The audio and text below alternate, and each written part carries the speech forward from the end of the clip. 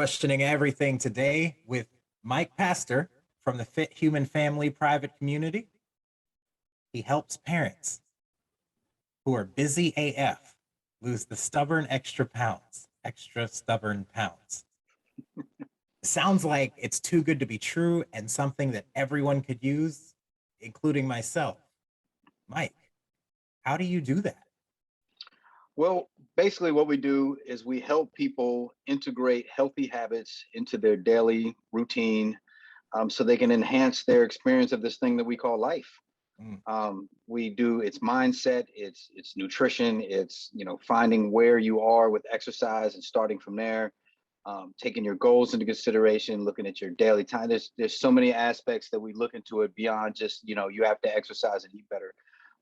So that again, we don't like to use the word balance. Balance is a continual thing. You don't necessarily find balance and keep it. It's a constant. It's a constant thing that you work at. So we choose to use the word integrate. We just think it's a better way to look at it. So just integrating healthy habits into your life, becoming habits, so that you can you do it and it's a lifestyle. It's a way that you live. Exactly. And I feel like we're always striving for balance in the end. Like you said, it's something you have to work at. But Yes. integration puts it into action. If I just say Correct. balance, I'm not moving. I'm just trying to balance. And usually, I don't know if you've ever, for me, when I waited tables, if I tried to balance a martini glass that was full, I couldn't balance it. But if I kept my arm at a 90-degree angle and walked, I didn't have to look at it. Right. It's that motion, though. You got to get in motion. You got to have the right structure. And Yes. I imagine that's what y'all do is create that structure. Yes. So go ahead. Sorry. No, it's you're correct. So we basically take a look at people, how people are living, what they eat now. So the first thing we do is we just kind of get a snapshot of your life.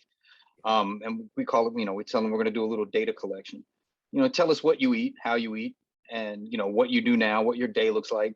And then we're going to find time that are like basically time leaks, time that you could be spending doing something else that's going to be more productive, moving you towards your goal than what you're currently doing. We also find ways for you to exercise based on where you are, but also what you like to do. Because you're not going to do something if you right now prefer to watch TV with the 6 o'clock to 7 o'clock hour, and then getting you to give up something you like for something that you don't like, it's just not going to be something that you stick to. So we have to find something that you like, find a way for you to move your body that you enjoy, that's moving you towards your goals, that's ultimately going to help enhance your experience of life, and to get you to the places that you want to get to. That's genius because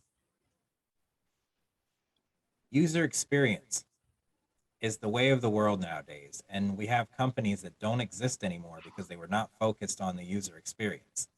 Correct.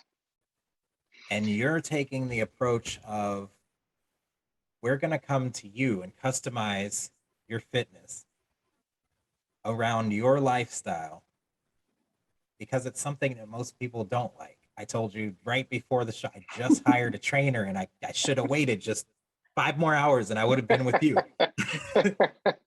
she's a good lady as well. That's good. That's good.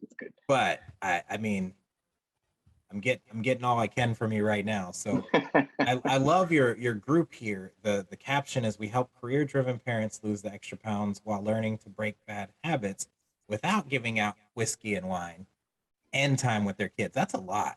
That's a lot right Yeah. there. Really, it's about not sacrificing all of the things so much of what people, when they start to think about, I have to get in shape, I have to get healthy, they start to think about all the things that they have to give up. What am I losing? Really, what are you gaining? Right? What are you going to get? Like, so if your life is in shambles and you're unhealthy and you're not productive at work and your relationships are poor and you're not being a good parent, you can't show up for them. If you start to focus on health, you'll start to see that all those other things will start to fall into place. You'll be in a better situation to handle those things and to be better. It makes you, if I'm healthy, if I'm well slept, if I'm well nourished, if my body has energy, I feel good, I have clear state of mind, I'm less susceptible to the BS of the world. I'm I'm going to be more present when I'm dealing with my children. I'm going to be more present when I'm conversing with my wife. I'm going to be more present when I'm dealing with clients, or if you're an employee, when you're doing business with other people. All of those things are elevated when your health is more tuned in. So if you focus on getting that's the bottom of your pyramid. If you get that fixed first, all of the other things you can start to build on top of. But if you start putting all this other on a weak framework, like it's much more difficult, and it's much more likely that those things are going to fall apart and that you're going to struggle doing them. It's like working all upper arms and shoulders for the looks and skipping leg day. Exactly. So your health and fitness is leg day. Exactly. You know? And I mean, yeah, go ahead. I'm sorry. no, I was just gonna say I can relate to that completely. I know that when I'm eating clean and I'm sleeping well, I feel it. Like I feel lighter, I feel more energy, and it's a clean energy. It's not that energy drink or coffee energy where your heart's the only thing racing and you're irritated, but your body's still tired, your mind's still foggy. Correct. Go ahead. So just having, like, on that same thing, like, you'll see a lot of people will start to talk about, well, develop a morning routine. Well, listen, if I'm not sleeping well, if I wake up scared to death by an alarm clock, the alarm clock pulls me out of a REM sleep, and I'm shocked. Like, how well can I build a morning routine? So we start people, like, think in the evening, build your evening routine first. Let's get you winding down, moving into that sleep state better, preparing you so that when you wake up, you're rested, ready to take on the day. Then let's start building into that morning routine. And then it's just one step at a time. So many people try to overwhelm themselves with too many tasks at once, right? The January 1st syndrome, we can call it, right? So it's like, yesterday I drank beer, I ate pizza, but tomorrow I'm going to get up and I'm going to run 5 miles, eat grilled chicken and nothing but salad.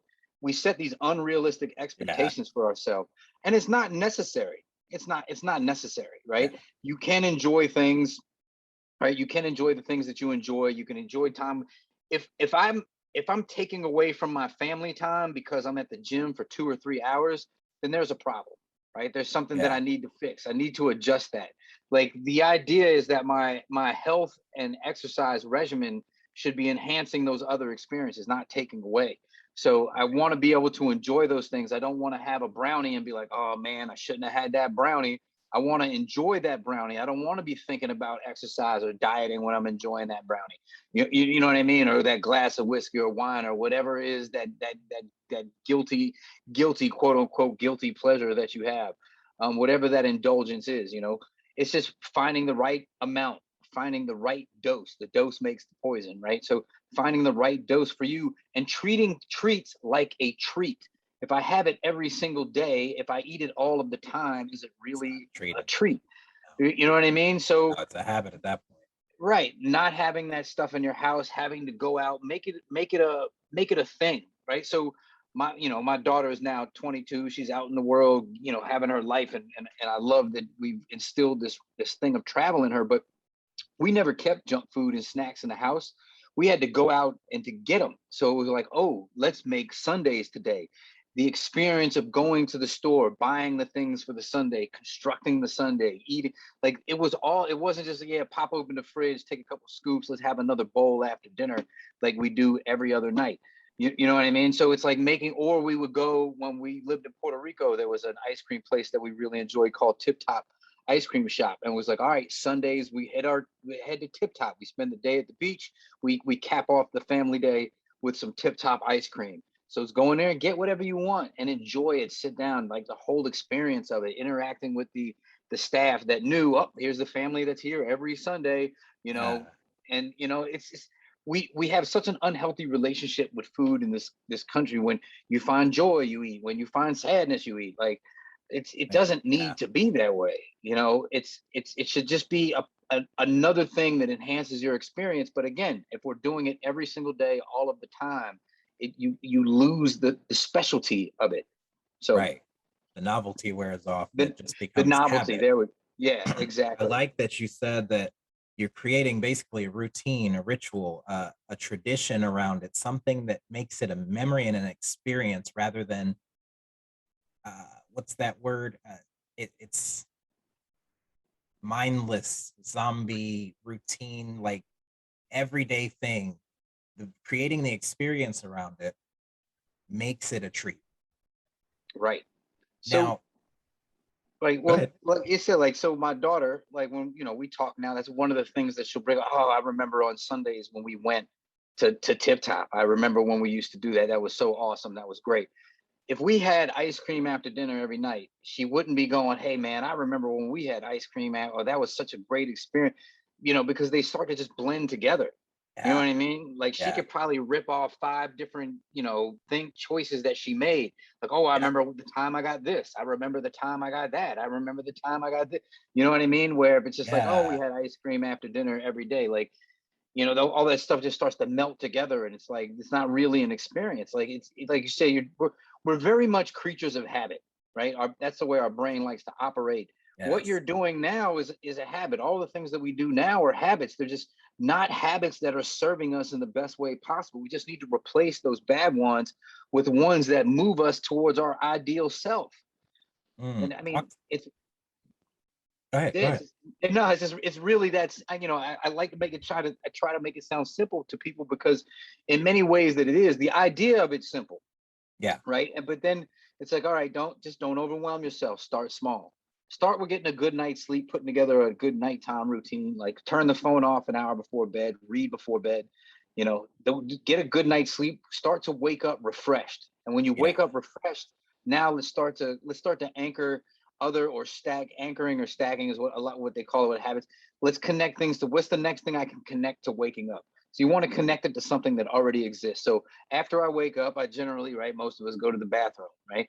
After the bathroom, what do you do next? Do I go get coffee? Do I turn on the news? Do I pick up a book? It's my choice. I get to hmm, choose.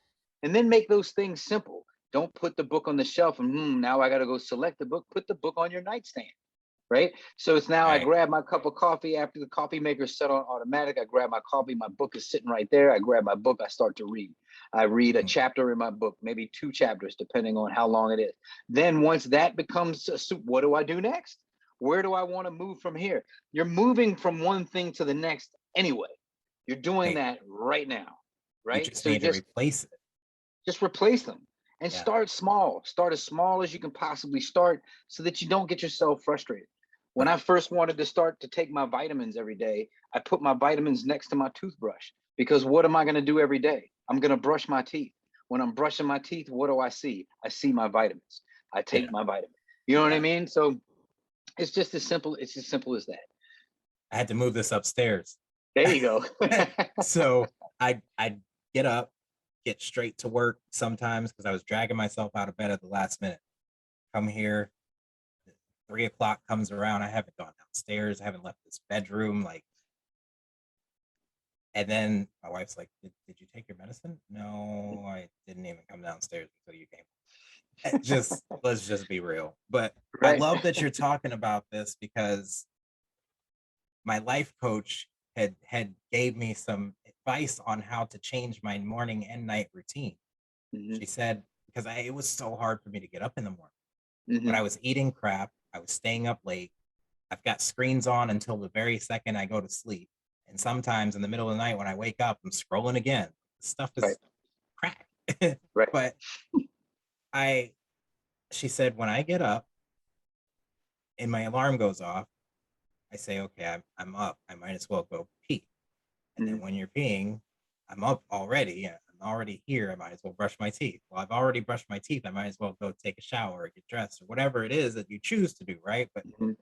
just continuing to say yes to the things that you want to get the life Correct. that you want. And what I've done here recently was create a say no to list, right? Hmm. Now, you don't want to focus on the things that are wrong Hmm. because then they'll multiply. You focus on the Hmm. things that are right, but you have to be aware of what you need to say no to because, like you said, it's not that we don't have time.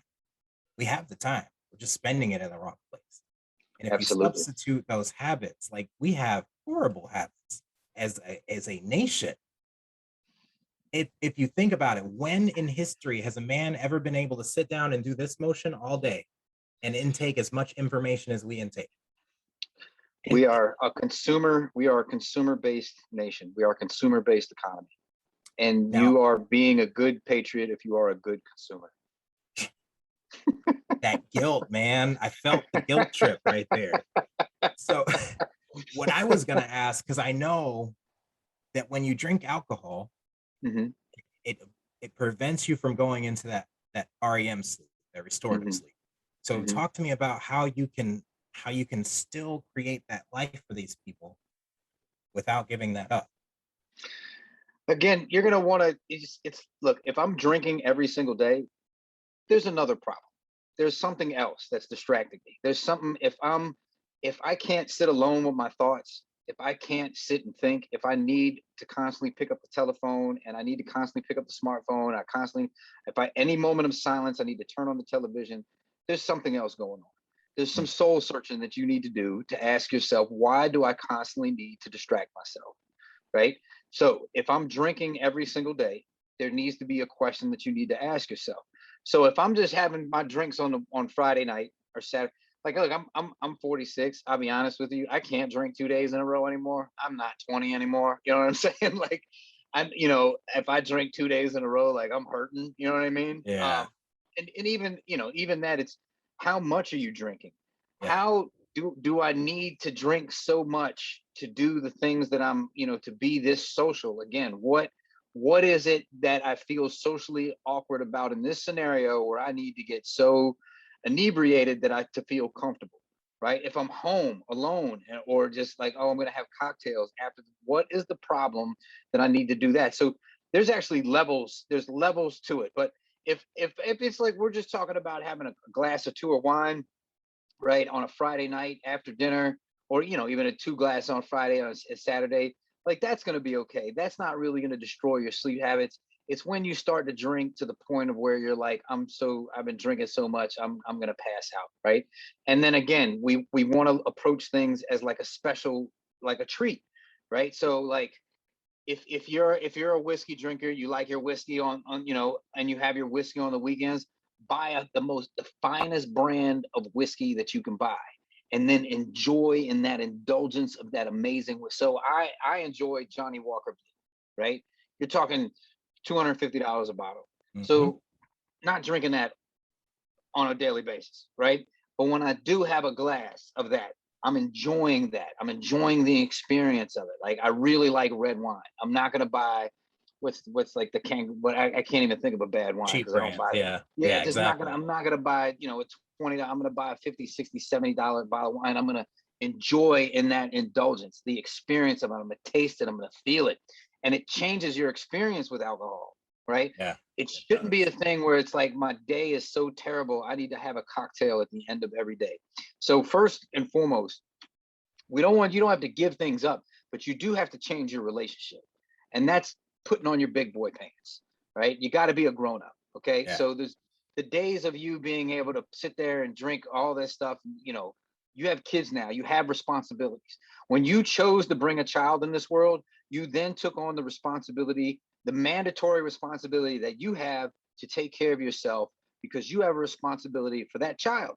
If you've ever seen a parent or grandparent go out their last years very ill because they chose not to take care of themselves, and it becomes a financial burden, it's an emotional burden that can stress out for years before they lose you hate to see your parent go out like that. Man, this guy, my grandfather was such a strong man, as an example, right? Was such a strong man.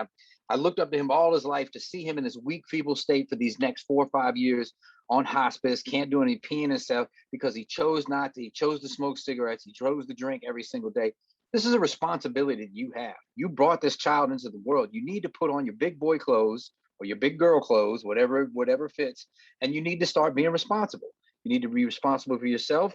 I need to take care of myself so that my kids don't have to take care of me in the future, and I need to take care of myself so I can be here for them when they need me. Amen. Amen. I So didn't know I was getting a sermon today, Mike, but you're the pastor. that's right. Oh man, no, that's true. It's so true. And I love that you're talking about taking responsibility. So would you say that it's more mindset than it is, what am I trying to say? Would you say that the majority of the changes need to be mindset or things like habits? Mindset. It's all going to be mindset, right? So habits we can manipulate, right? So we can connect things to things like we talked about, anchoring and stacking.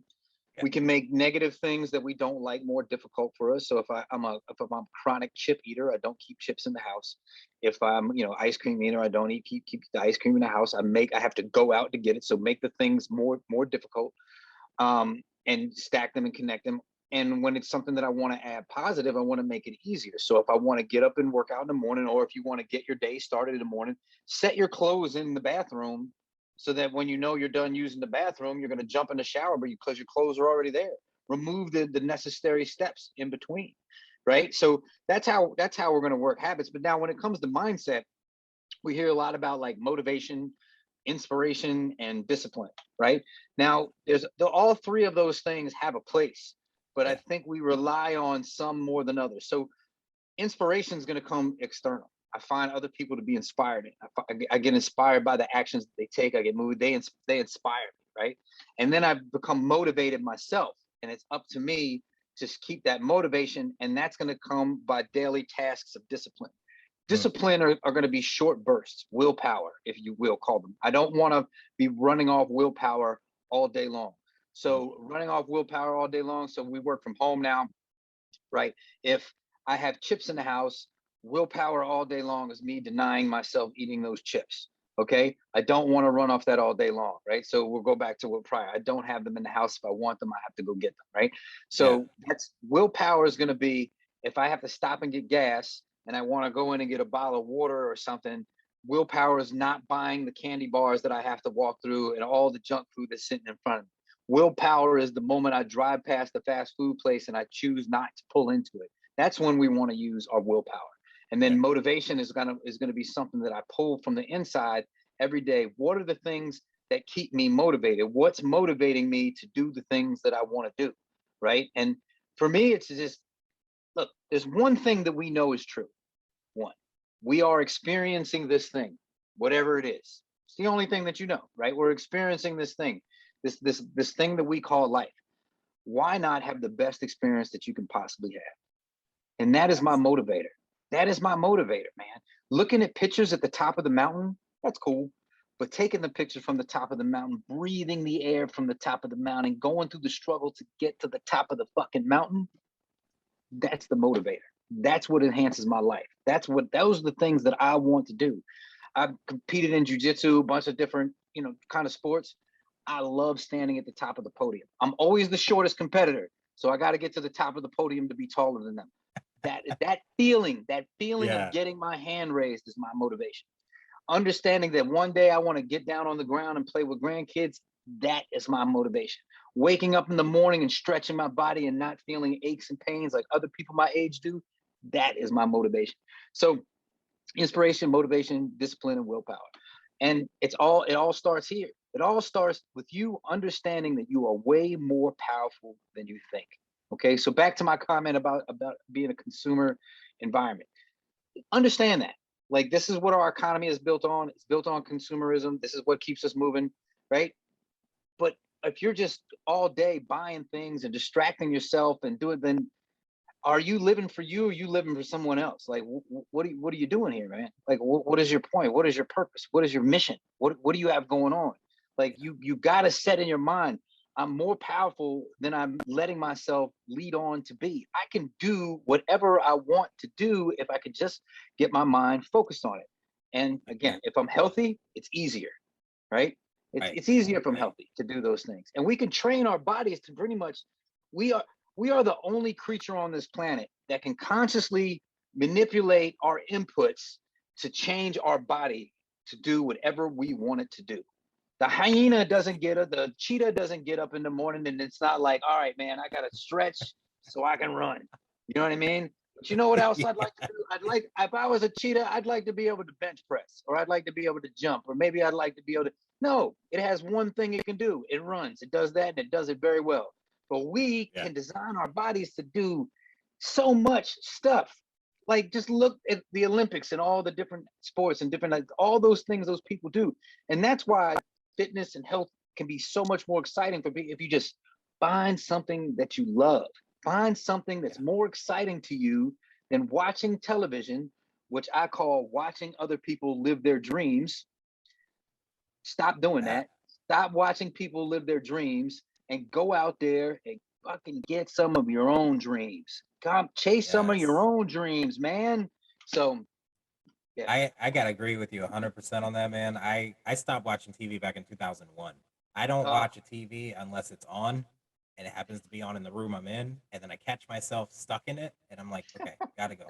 I got something else I could be doing right now. But I love that you're mentioning. You said inspiration, motivation, discipline, and willpower. I've learned here recently that we all wait for motivation and inspiration to take action. And the fact is that the action's what creates the inspiration or the motivation. And then the motivation creates the inspiration because there's this feedback loop. If I don't do what I say I'm going to do, or I don't do what I need to do, I don't feel good about myself. right, And therefore, I don't want to do anything.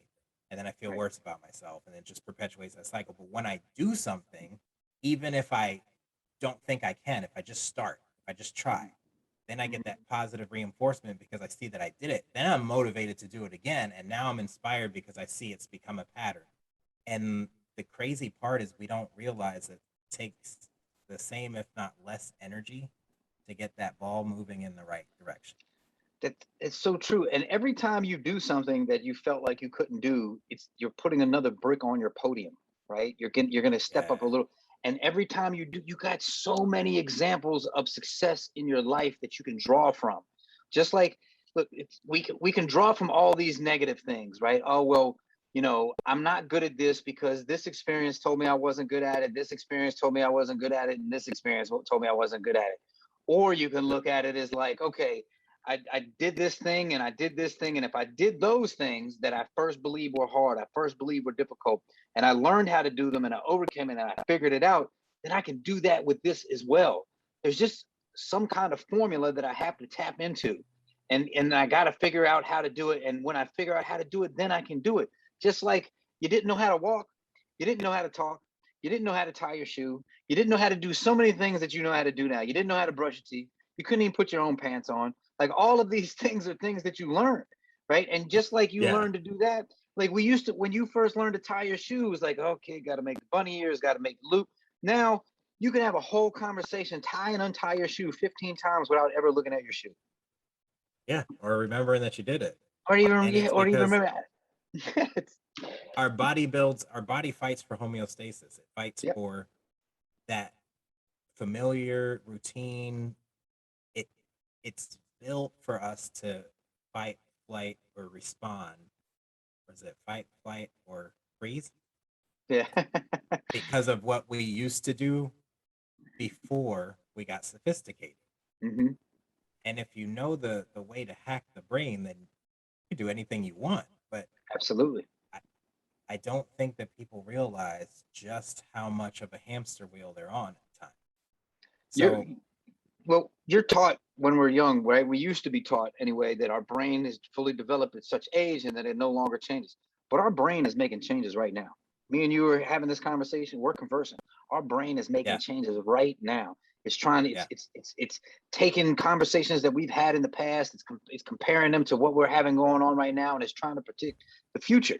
Like it's a future predicting machine. It's such a powerful and miraculous, like just gray matter of evolution. It's what our brains are capable of, and then our bodies. What we're basically looking at when we look at each other's bodies, outside of like genetic traits, is that this is our brain's interpretation of the inputs that we've taken in our body, consciously and subconsciously. It's going to change. Like there's to me, there's no you'll hear people say, "Oh, you got to make a mind body connection." Your body is your mind. Your mind is your body. Like your brain is making changes to your body just like it's making changes to itself. Your brain has one yeah. objective: survive.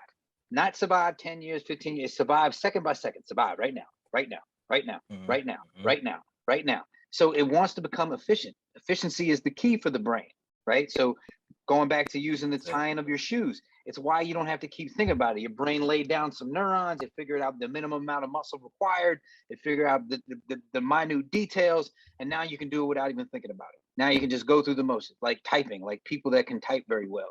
Same thing about the first time you try to learn to type. First time you try to learn anything. And if people just would build on the stuff that they've already learned, they understand that they have the capabilities of learning so much more and really pushing the boundaries of what they thought that they were capable of.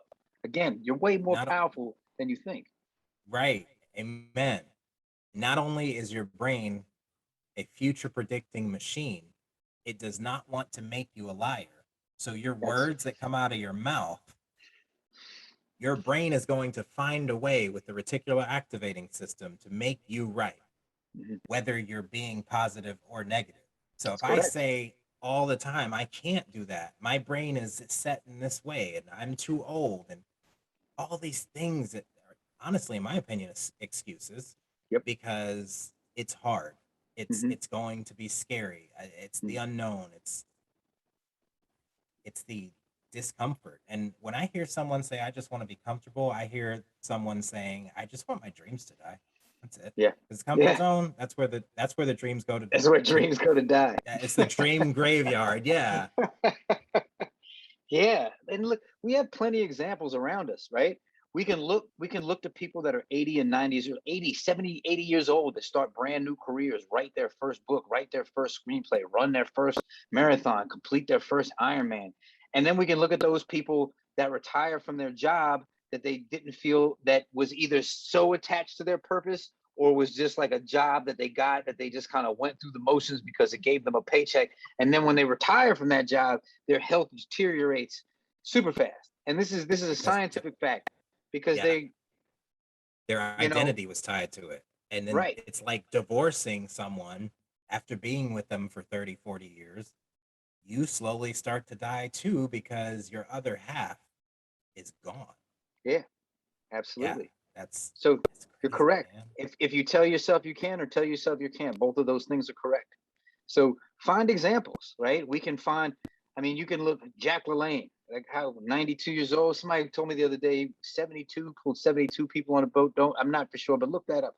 Like that guy was amazing shape, doing things all the way to the end. You can find these people. 98-year-old yogis. Like my wife's grandmother is 92 years old, about to be 90, still lives on her own, still drives her car, still goes out and hangs out with her girlfriends, has a very active social life. Like Yeah, there's things, there's like, there's people that we can look to as examples for the things that we want and be like, okay, this is someone, what are they doing to be where they are at their age and how can I emulate that? And then you can look at the yeah, people like, okay, look at this person right here. This person is not doing the right thing. They're unhappy, they're reactionary, they're very unhealthy, and they're headed into the graveyard quickly, or it's going to be a slow, long, painful, very expensive, emotionally and financially burden on their family and costly demise. So I don't want to do that. That's not the route that I want to go. So you have examples all around you. You have them all around you, yeah. right? And every time you tell yourself you can't do something, I guarantee you can Google 500 people that are doing the thing that you're saying that you can't do that have done it with way less, way less. Yeah, People yeah. always do more with less. So You're absolutely right, man. And there's something you said that brought something to mind, and I might have forgot it. You said, gosh, there's so much good stuff in here, and I don't even know which question to ask next because I feel like we're on the same wavelength here. I I don't remember. I don't I'm remember. I'm So I'm I'm I'm passionate about this, man. Like I've been I fortunate see enough. this. Well, I've been Oh, fortunate enough to find something that I'm passionate enough that I could do for a living. I've been yes. very lucky in that case. I really do. I really do love helping people. I really do like to see the changes that they make in their life. I tell I'm a all boats rise with the tide type of person. I feel Yes. like my experience is elevated when the people around me experience is elevated, and that doesn't matter if that's whether I'm talking about families, friends, people that I interact with at the grocery store, people that I interact with at other businesses. Like the better they're doing, the better my experience is going to be. if you've ever gone somewhere, if you ever patronized the business and you're like, Jesus, why is this person even here at work today? How that makes a negative experience for you. Look, I have to go grocery shop and I have to go to the grocery store. If I have to deal with a disgruntled clerk because they're underslept, underpaid, under nutrients, overstimulated, stuff themselves with calories, they can't sleep, they're unhealthy, they don't feel good. If now I got to interact with this person, that's going to take away from my experience of the day. And the way that our brain likes to ruminate, I'm probably going to be thinking about that interaction with this cashier or clerk for the next half hour or 2 hours. And not only am I going to do that, I'm probably going to tell that story to someone else and then spread that virus of disgust to them. So then they're like, yeah, you know what? People do suck. Yeah, you know what? People aren't happy. Or Gossip when I kills. interact with this person, I can make jokes. I can try to lighten up their day. I can try to bring them forward. They can feel a little bit better. Maybe they are having a better experience in their life. We have a more positive energy exchange. I leave that thing. I'm like, man, you have an awesome day. They're like, man, you have an awesome day. And then when I leave that place, I'm moving into whatever my next thing is. And I'm taking that positive experience and that good feeling into whatever the next thing that I do is. Right. Yeah. So look, man, it's contagious. It's contagious. It is. It is. And I will say that we have a lot more in common than I think we realize. Again, Absolutely. everyone that is watching this knows by now, I don't know my people before we get on the show. What we talk like a minute and a half before we started If recording. that. Yeah. And come to find out, we think the exact same and we're both passionate about helping people. When I go Yeah. somewhere and I see someone's in a bad mood, if I'm in the right mind state, because if I'm not taking care of myself and I'm feeling lousy and someone else is, and my ego, like someone else is in a bad place and my ego says, don't you know who I think I am? You should be treating me like this. This is unfair. And then you go spread, like you said, you spread it. But if you think about it from a perspective of service and love, right? Dang, that person could have just lost their spouse. That person could have just lost their pet. They could have just found out they had a terminal disease or someone they know has a terminal disease. They could be stuck in that hamster wheel and you were sent there to bring them out of it. What happens for me, the sweetest song that a person can sing is their name, right?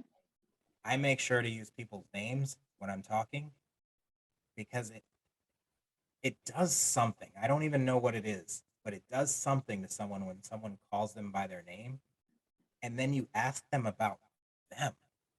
Yeah. If you start the conversation about the person, at some point, the law of reciprocity is going to say, wait, why are you being so nice to me? What do you need? How can I help you?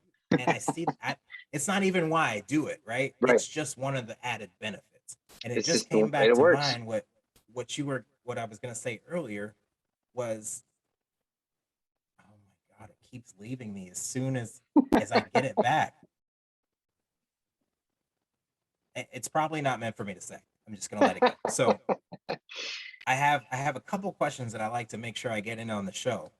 And Absolutely. I missed the first one because you just came in with such passion, so you've answered a lot of them. But I don't really have a script. I just have a few that I like to make sure. I want to know always, what's the story that led you from who you were to being this passionate about what you're passionate about? Because I know there's always a story behind it that led you here. There's always an origin story, right? There's always an origin story, right? So yeah. Well, look, man, I'll just say that I grew up with a very unsatisfactory home life, right? Now, I love my parents, I do. But I definitely, when I raised my daughter, I definitely was like, what did they do? I'm gonna kind of do the opposite, right? That's like that's you know what I mean? That's Yes. they're from a different time. They dealt with different things. That's but I was very much a street kid. I was in the streets all the time because I didn't want to be home. Like I alluded to earlier, I'm a not very tall gentleman. I'm 5'7". I was always a very small kid. I was always the smallest kid out of all the group's friends. And I grew up in the 80s, man. In the 80s, depending on where you live, some people have a lot of nostalgia from the 80s. I was running from people a lot in the 80s. Sometimes I couldn't outrun them. A lot of times I got my ass kicked, get jumped. And that was funny because I was talking to my wife about this because she grew up in upstate New York in a very nice area, which the area we're in now. And she was like, wait, you jumped? Like, who gets jumped? I'm like, yeah, like, that was like a thing. Like, like, you know, so I was a very unhappy kid. I was Yeah. very unhappy. And at the end of the day, I take responsibility now as an adult because I didn't have the inputs I didn't know how to deal with what was going on. Yes. I didn't have adults that knew how to deal with what was going on with me. I didn't know how to properly deal with the inputs. I didn't have the maturity level required to deal with the inputs that I was getting. And I Mm. really didn't have, so I had no solutions. No one was giving me solutions. I had no one to look towards or at or as a person of like, oh, this person is doing the thing that I want to do. So I found very negative role models. It was like, okay, how do I get people to stop bothering me? I need to make people afraid of me like I'm afraid of other people. So I started doing things to make people put people in fear. I need to make people fear me. I need to make people know that I'm not the one. I'm not the one to mess with. Right. So that was very much my journey for a long time. Right. And you know, I got into boxing and young, and then that was kind of an outlet. I did some other things. I was very much into like baseball, and that was kind of an outlet. But then when I was about 16 years old, I was in a car accident that basically wrecked my body, wrecked my neck, internal. I could get into all this stuff, but I was in ICU for two weeks. So if you know anything about the intensive care unit, if I spent 2 weeks in there, I was pretty jammed up. Right. So I was touch and go. Like they actually didn't think I was going to survive when the accident first happened. Then when they called my mother, which she'll never let me live down, they actually told her that there's a good chance by the time she arrived at the hospital that I would not be alive. So she kind of wrapped her head around that. But what saved me is I must have had a super strong will to live. I wasn't ready to go, and I had a certain level of fitness. But the next years after that, I was a downward spiral.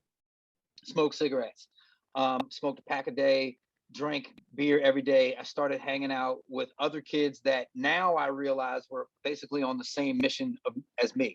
We need to stick together so people don't fuck with us, so that we have like our own crew, right? So you know, I always ran with a mixed crew.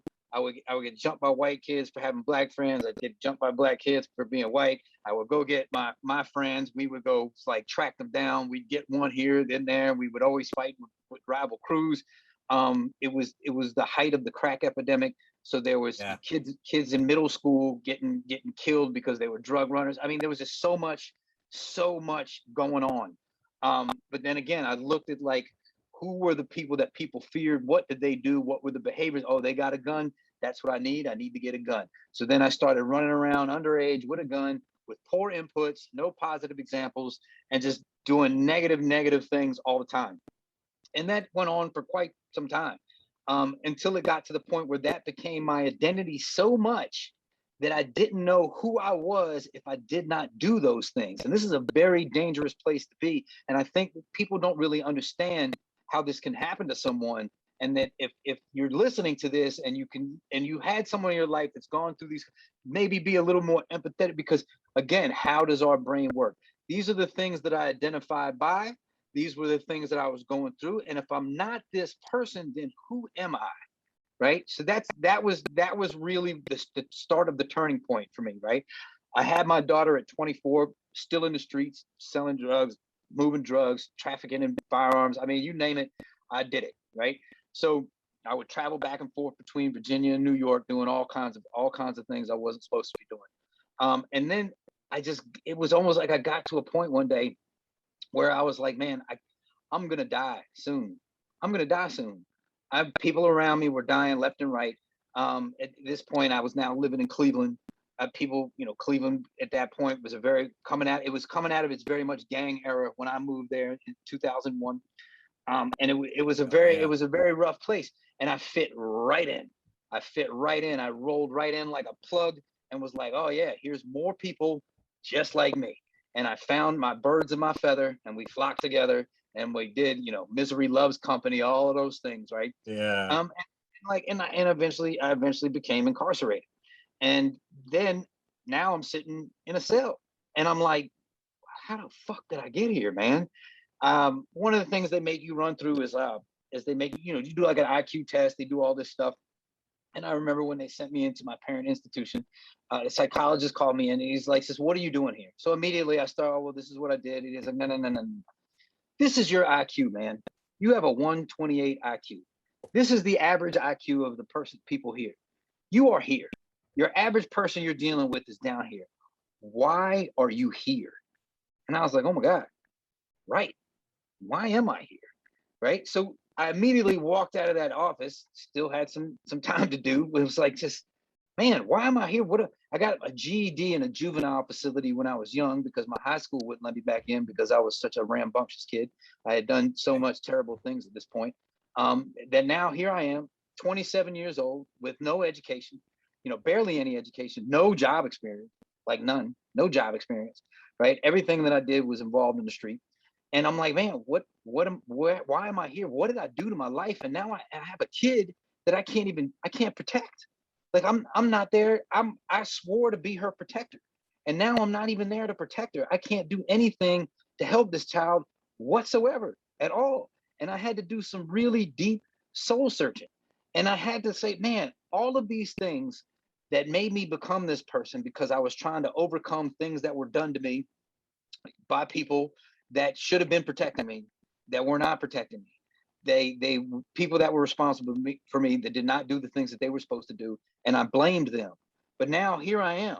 I can blame them all I want, but I'm the one drinking that soup of consequences, and I'm the one that has to taste that bitter pill. So how do I get myself out of this? How do I turn the corner? How do I change this course?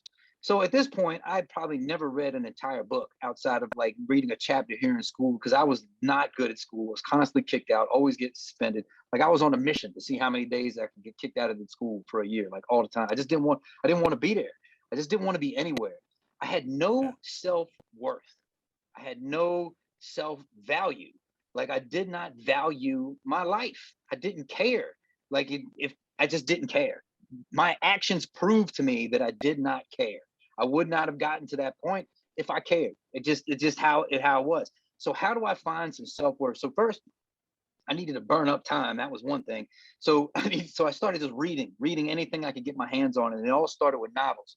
And that actually helped me. I discovered that the more I read, the better at conversation that I came, and the better my reading comprehension became.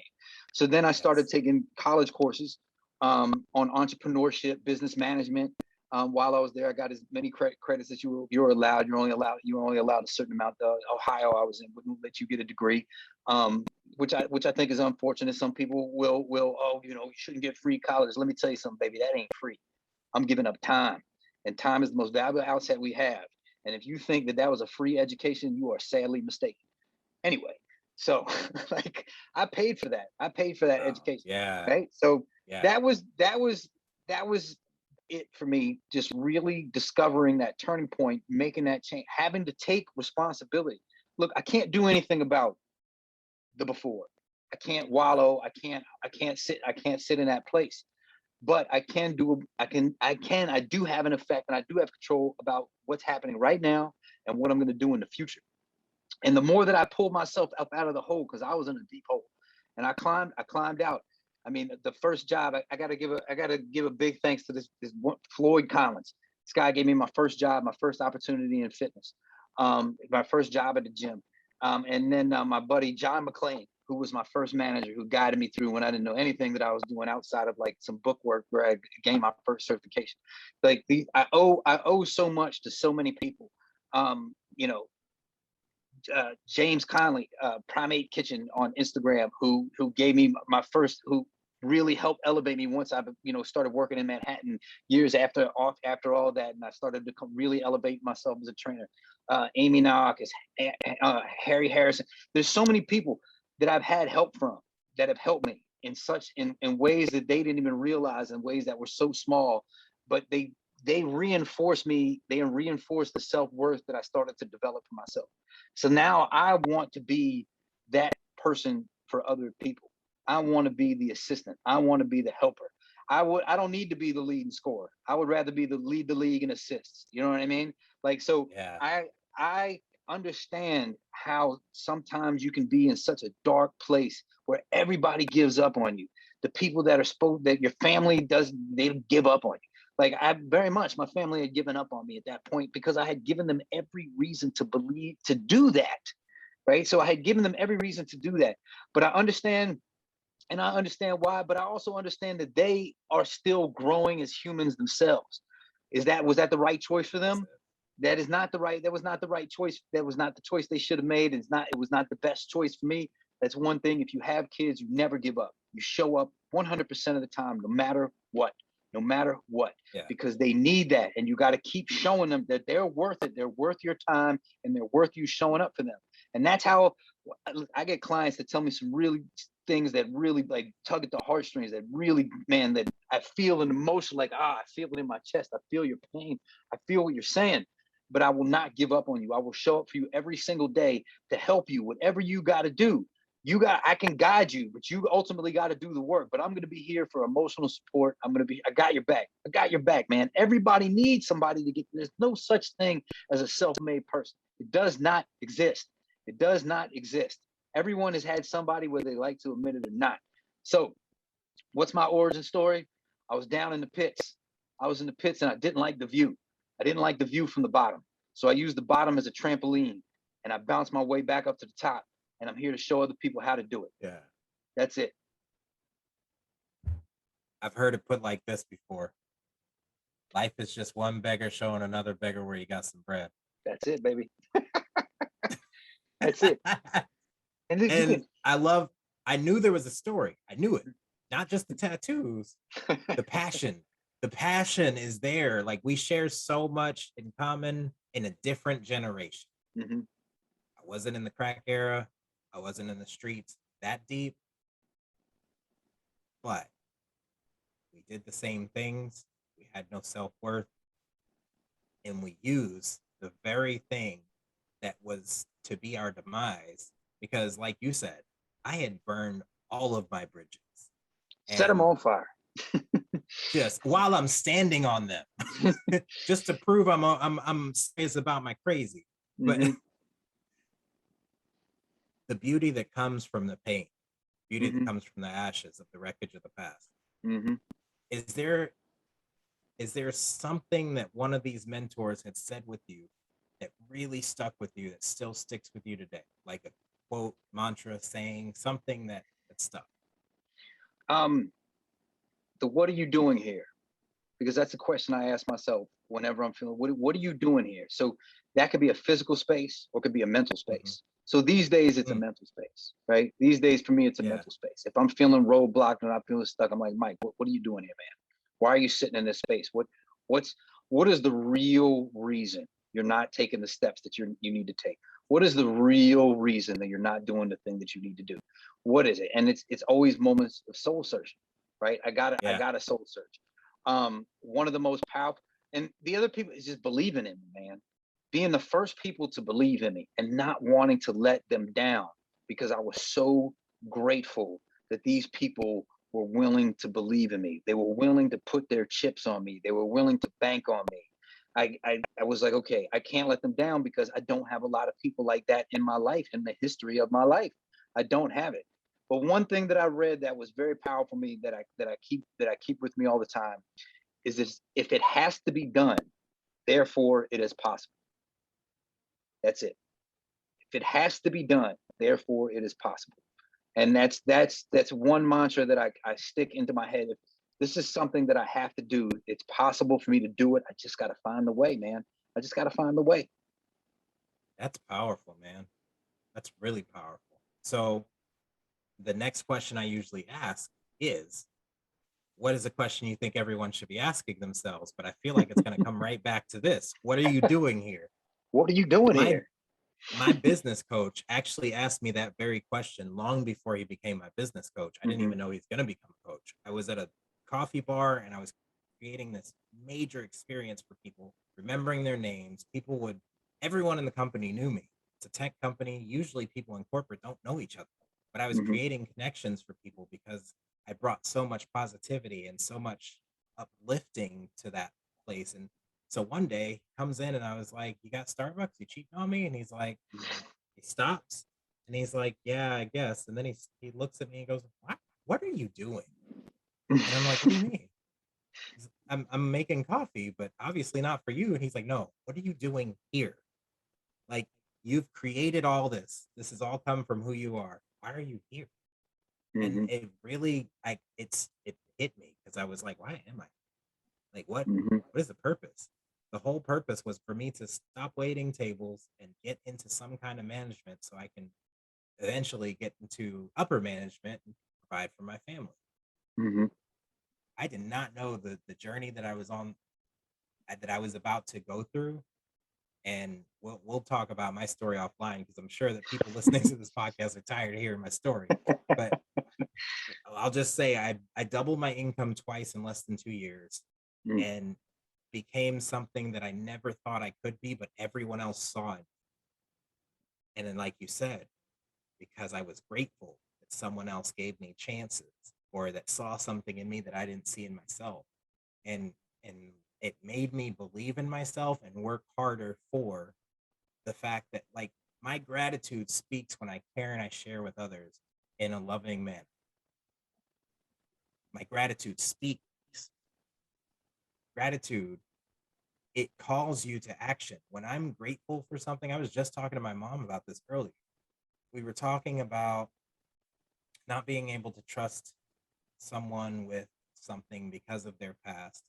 And I said, if you give them the trust when no one else will, Mm-hmm. gratitude, gratitude is going to kick in. Mm-hmm. And then you're going to see a change that you never would have seen possible because nobody else trusted them anymore. Be the And the fact catalyst. that, yeah, Yeah. thank you, Be the be the catalyst. change you want to see in the world. Be the catalyst. Ah, That's it. Be someone's catalyst, man. It doesn't cost you much. It doesn't cost you much. And not at all. you can create such a life for someone else, that you have no idea. You have no idea, you know. So just those handful of people, and there's many more down the line that I can, really run, um, that have helped me. Again, just small things. I had a boss, Basha Maska. I hope I'm pronouncing her last name correctly. Gave me my first gym to run in Cleveland. Mm, Frank, another manager, gave me my first gym to run in New York. The biggest New York sports club in Brooklyn, to run at one point. Like, and all of these people, man, all these people have given me something. They've all given me something. You know, there's so many names I could just sit here and just rip off names, and because I want these people to know that I'm grateful. I'm always grateful yeah. for everyone. It doesn't matter. You know what I mean? It just doesn't matter.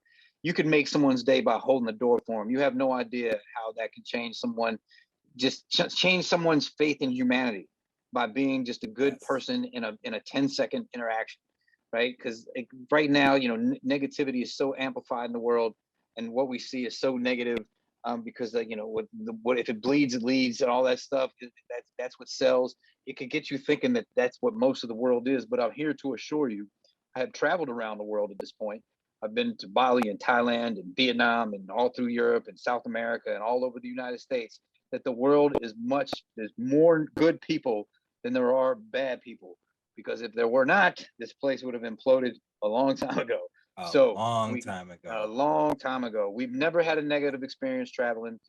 We've never No. run it like had anything bad, but get out there. And that'd be the next thing I would say is just get out there and see the world, man. Get out of your bubble, get out of your hometown, That. go somewhere you're the minority, like really understand what that's like, and like try to see other people's experiences and try to see, life from a different point of view.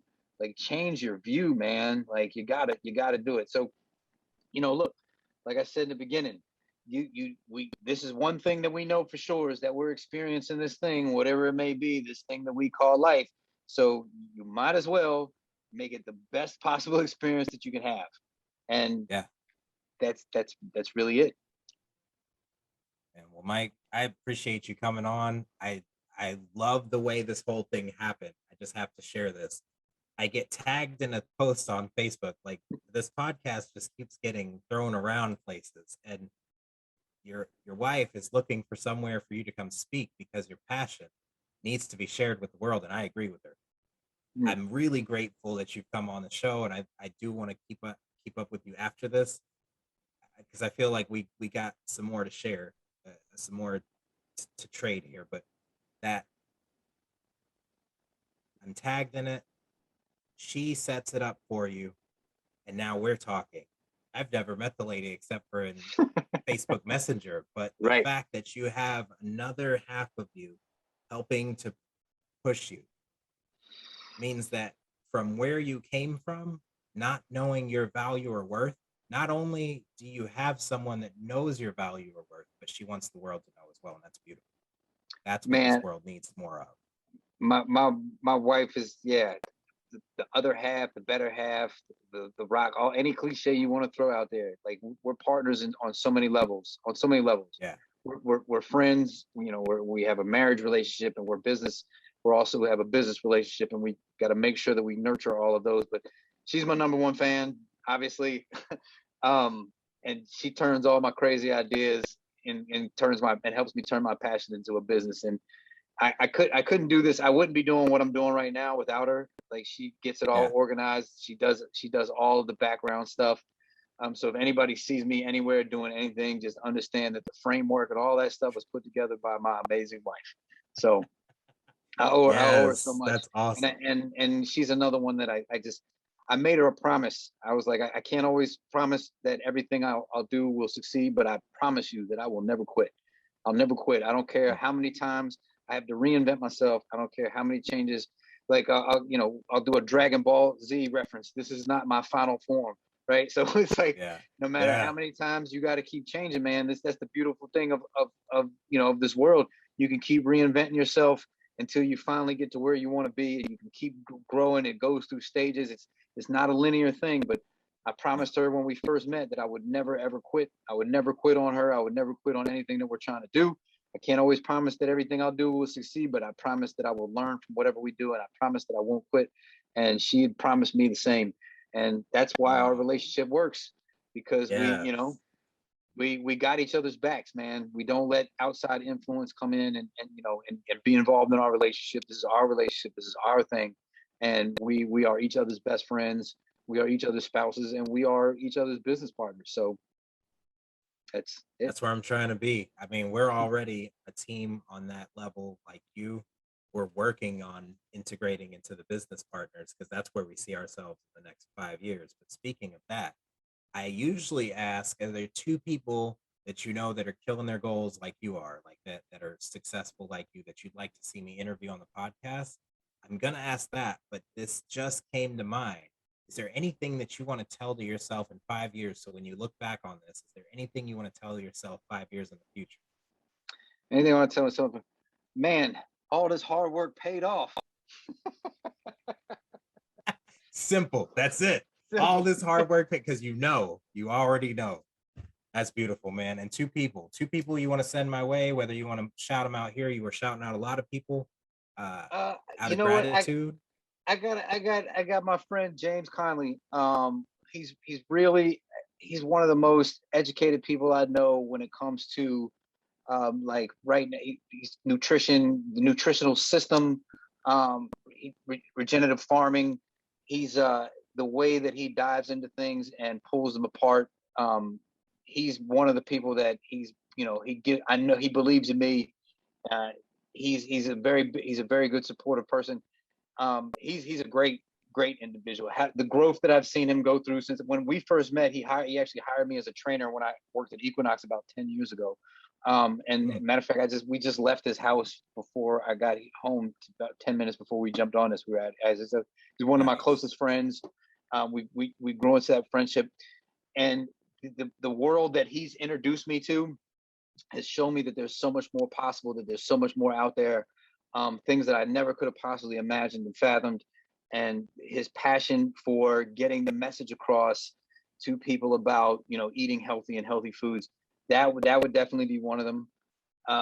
Man, I got another guy my daughter's cousin actually would be a great person to talk to. So his name is Manuel De Leon. He's a former Marine. Well, he always once a Marine, always Marine. He always gets on me. I'm a like, can't you a former Marine? But his brother and me were best friends. His brother was murdered in the street life, and which then brought me and him. He's much younger than his brother. Brought me and him closer. We were trying to be for each other what we lost, and we now have known each other so long that we've developed a friendship. And his mission now that he's used his GI Bill to get 2 degrees, one through Ohio State, one through Cleveland State. And if you understand that mother was an addict, father, both parents had been to prison, both parents dealt with drug abuse, and he came through the streets of Cleveland, went to the Marines, came home, 2 degrees, and now he's looking to be a leader in his community. And he's trying to, and he's young, and he still understands that he's got so much more to learn about life. But his passion and his want to be a leader is far beyond where I was at, is his age, and is thinking far ahead of where I was and at his age. And I'm, because he's got to be 15 years younger than me. Okay. I look to him as a brother, not like the little brother, big brother relationship, but like a brother in arms in very many ways. But yeah, he would be another one that I would recommend. So you know what, Mike, you're a miracle, man. Based on all you've told me, you shouldn't be here, right? I didn't think I was gonna make it this far. People. Yeah, nobody thought I'd make it to 23, so I understand completely, and with good reason. But there's a reason, like you said, there's a reason we're here. There's a passion. There's something we have to spread, and the fact that we've made it from where we were to where we are, it's just all the more reason to help people that are where we were get to where we are. Absolutely. All right, well, I'm going to stop recording and we're going to talk offline for just a second. But all right. Thank y'all for tuning in. Continue to question everything, and we'll see you next time.